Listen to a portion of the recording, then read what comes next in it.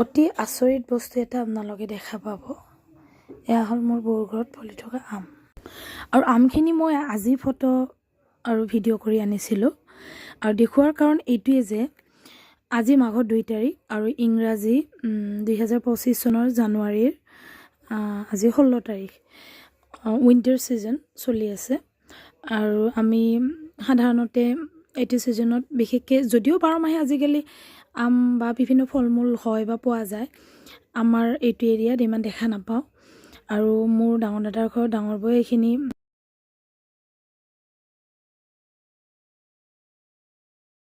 আৰু যিহেতু আজি মাঘৰ 2 তাৰিখ আৰু লগতে জানুৱাৰীৰ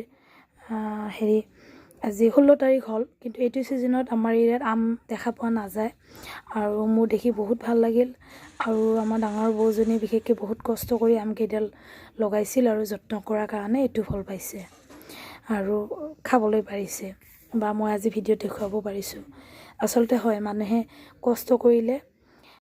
কষ্ট কৰিলে যে চব পায়, বা নিজৰ বাৰীখনতে বিভিন্ন ধৰণৰ ফল মূল শাক পাচলি পোৱা যায়, সেইটো তাৰে প্ৰমাণ। ধন্যবাদ।